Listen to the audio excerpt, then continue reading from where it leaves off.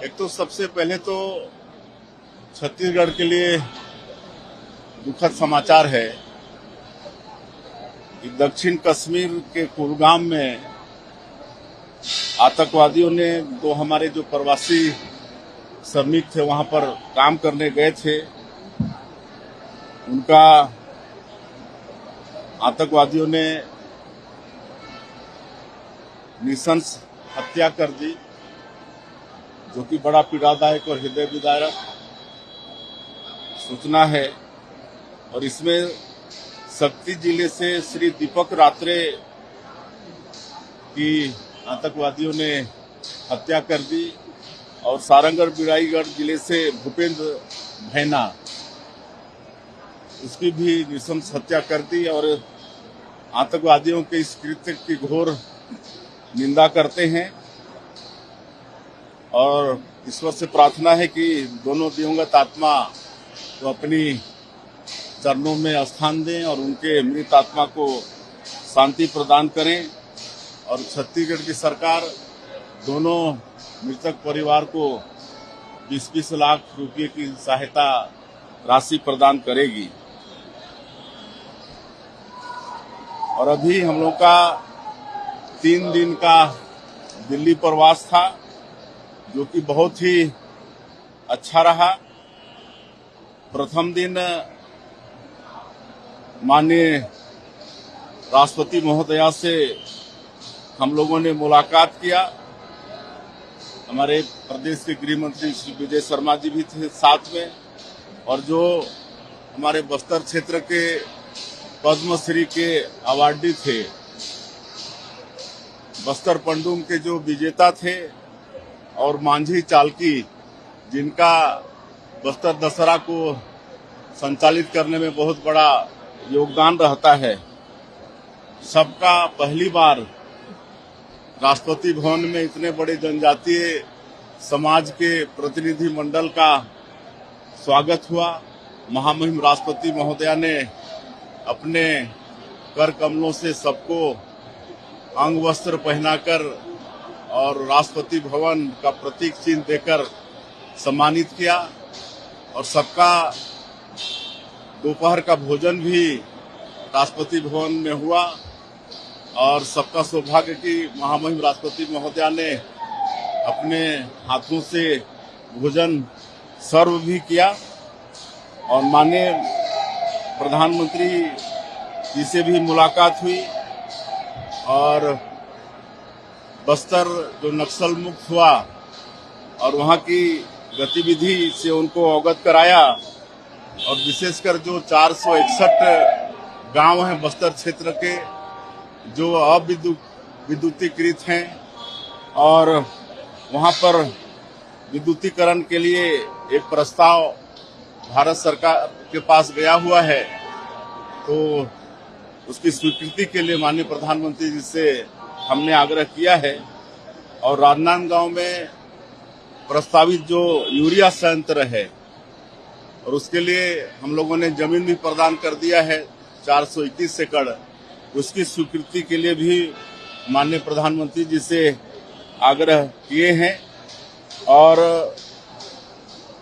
हमारे प्रदेश में आयुर्वेदा का एम्स खोलने का भी आग्रह माननीय प्रधानमंत्री जी से किए हैं।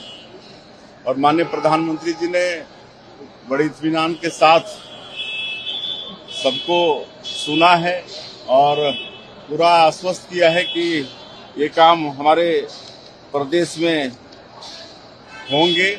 और आने वाले समय में यहाँ पर लखपति दीदियों का भी एक बड़ा सम्मेलन, महासम्मेलन करेंगे, उसका भी आमंत्रण माननीय प्रधानमंत्री जी को दिए हैं और उन्होंने उसको भी सहर्ष स्वीकार किया है। और एक जो महानदी जल बंटवारे का मामला है, जो कई वर्षों से उड़ीसा के साथ ये विवाद चल रहा था, और बड़ा गौरव का विषय है कि जब डबल इंजन की सरकार बनी है तो इसमें लगातार प्रयास हो रहा था। और अभी उड़ीसा के मुख्यमंत्री आदरणीय श्री मोहन चरण मांझी जी और हम दोनों प्रदेश के मुख्यमंत्री और दोनों प्रदेश के अधिकारियों का हमारी जो जल शक्ति मंत्री हैं आदरणीय CR पाटिल जी, उनके समक्ष बैठक हुआ है और CWC को निर्णय के लिए अधिकृत किए हैं कि दोनों प्रदेश के हित और अधिकार को देखते हुए इसका निर्णय करें और आने वाले 3 महीना के अंदर पूरी संभावना है कि इस जल बंटवारे का भी समाधान हो जाएगा। माननीय रेल मंत्री श्री अश्विनी वैष्णव जी से भी छत्तीसगढ़ रेल परियोजना के विषय में चर्चा हुई है और बड़ा खुशी का विषय है कि कई सौगात हम लोगों को मिलने वाला है। उसमें एक कटघोरा से डोंगरगढ़ ये नया रेलवे लाइन परियोजना है जो 295 किलोमीटर लंबा है। पहले से इसकी मांग चलते आई लेकिन किसी कारणवश वो हो नहीं रहा था और अब इस लाइन के निर्माण का रास्ता प्रशस्त हुआ है और इस रेल लाइन के बनने से कटघोरा, करतला, मुंगेली, कवर्धा, खैरागढ़ होते हुए डोंगरगढ़ तक ये रेल लाइन जाएगी और इससे कई हमारे ऐसे जिले जो रेल से अछूता थे वहां भी रेल पहुंचेगा। ये बहुत बड़ी बात है छत्तीसगढ़ के लिए। और सरडेगा, पत्थलगांव, अंबिकापुर, धर्मजयगढ़, पत्थलगांव, लोहरदगा और अंबिकापुर, बरवाडीह रेल लाइन की भी शीघ्र स्वीकृति का हमने रेल मंत्री जी से आग्रह किया है। रावघाट जगदलपुर रेल लाइन की स्वीकृति पहले ही मिली है, इसके प्रगति पर भी चर्चा हुई है। किरंदुल से कोतागुड़ेम तथा गढ़चिरौली, बीजापुर, किरंदुल नई रेल लाइन इसका जो सर्वे कार्य चल रहा है उसकी प्रगति पर भी माननीय रेल मंत्री जी से चर्चा किए हैं। तो ये सब आने वाले समय में हमारे छत्तीसगढ़ में ये सब बनेंगे। तो इसके लिए हम माननीय देश के प्रधानमंत्री श्री नरेंद्र मोदी जी और रेल मंत्री जी को बहुत बहुत बधाई देते हैं। केंद्रीय संचार मंत्री ज्योतिरादित्य सिंधिया जी से भी मुलाकात हुई और DBN डिजिटल भारत निधि के तहत 2305 नए मोबाइल टावर का प्रस्ताव भारत सरकार को गया हुआ है। उसकी स्वीकृति का भी आग्रह माननीय श्री ज्योतिरादित्य सिंधिया जी से किया है और उन्होंने हम लोगों को आश्वस्त किया है कि आने वाले समय में इसकी स्वीकृति होगी। और जो नक्सल प्रभावित क्षेत्र में 577 अतिरिक्त मोबाइल टावर की स्वीकृति उन्होंने पिछले दिनों दी, उसके लिए भी उनको धन्यवाद हम लोगों ने प्रदेश के तरफ से दिया है। माननीय केंद्रीय जनजाति मंत्री जुएल उरांव जी से भी मुलाकात हुई है और बस्तर क्षेत्र का जो 461 गांव है जहां बिजली नहीं पहुंची है वहां बिजली पहुंचाने के लिए विशेष वित्तीय सहयोग करेंगे, ऐसा उनसे भी निवेदन किए हैं। माननीय कृषि मंत्री शिवराज सिंह चौहान और ग्रामीण विकास मंत्री भी हैं, उनसे भी कृषि भवन में मुलाकात हुई है और उनके पास प्रधानमंत्री ग्राम सड़क योजना भी है। तो हम लोगों ने उनसे भी निवेदन किया है कि जिस तरह से हमारे बस्तर क्षेत्र में बसाहट बहुत दूर दूर है, तो 10 किलोमीटर की परिधि को एक यूनिट मानकर वहां पर प्रधानमंत्री ग्राम सड़क योजना की स्वीकृति देने का हम लोगों ने आग्रह किया है। तो उसको भी उन्होंने सहर्ष स्वीकार किया है। और माननीय खाद्य एवं सार्वजनिक वितरण तथा नवीन एवं नवीनीकरण ऊर्जा मंत्री श्री प्रहलाद जोशी जी से भी मुलाकात किए हैं और उनसे आग्रह किए हैं कि प्रत्येक महीना 5 लाख मीट्रिक टन चावल यहाँ से लें ताकि मतलब जल्दी यहाँ पर मिलिंग हो पाए। तो उन्होंने भी इसके लिए आश्वस्त किया है।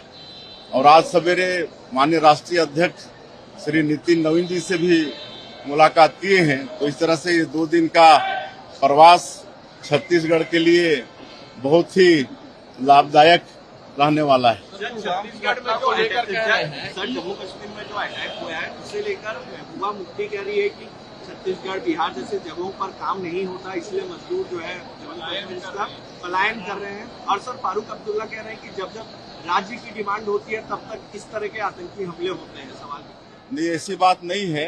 काम की छत्तीसगढ़ में कोई कमी नहीं है। नरेगा का काम था ही, अब उसके जगह पर विकसित भारत जी राम जी 1 जुलाई से लागू हो गया है और उसमें 100 दिन के जगह पर 125 दिन रोजगार की गारंटी है। फिर हम लोग नई उद्योग नीति भी यहाँ पर लाए हैं, उसमें भी रोजगार की विशेष व्यवस्था है।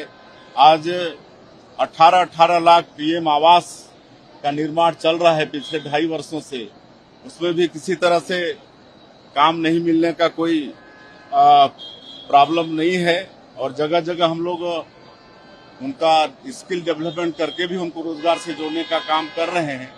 तो ये कहना कि छत्तीसगढ़ में काम की कमी है, ये बिल्कुल असत्य है।